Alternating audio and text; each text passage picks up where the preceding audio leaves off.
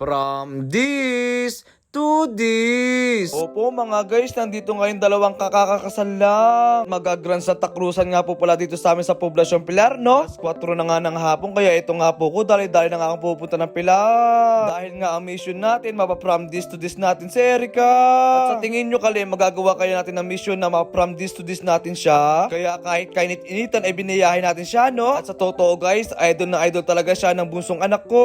Hindi ko na nga lang sinama kasi baka mawala at baka hindi tayo makatakbo-takbo.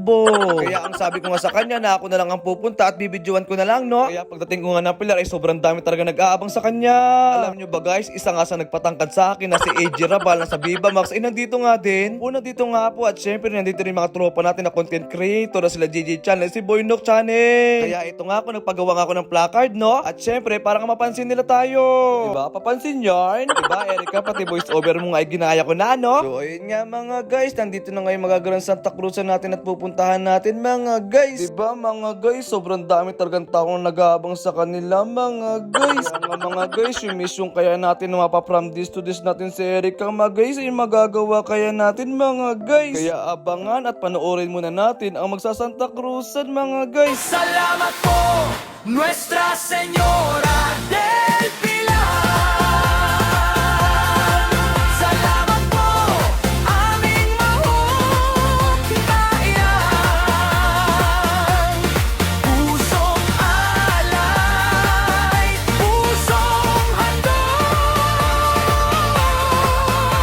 Sa'yo, inang mahal. Salamat po, Nuestra Señora del Pilar. Sa biyayang lagi mong pinapairal. Pusong anaawit, pusong sumasayaw sa ilalim ng iyong gabay.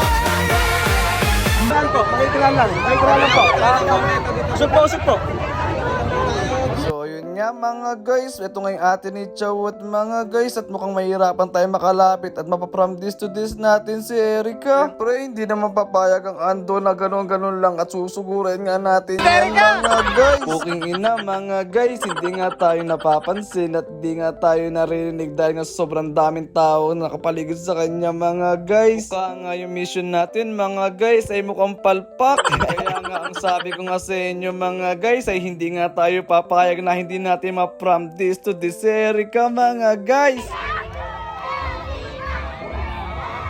At ito na nga yung pagkakataon mga guys at makaka-from this to this na natin siya. From this to this.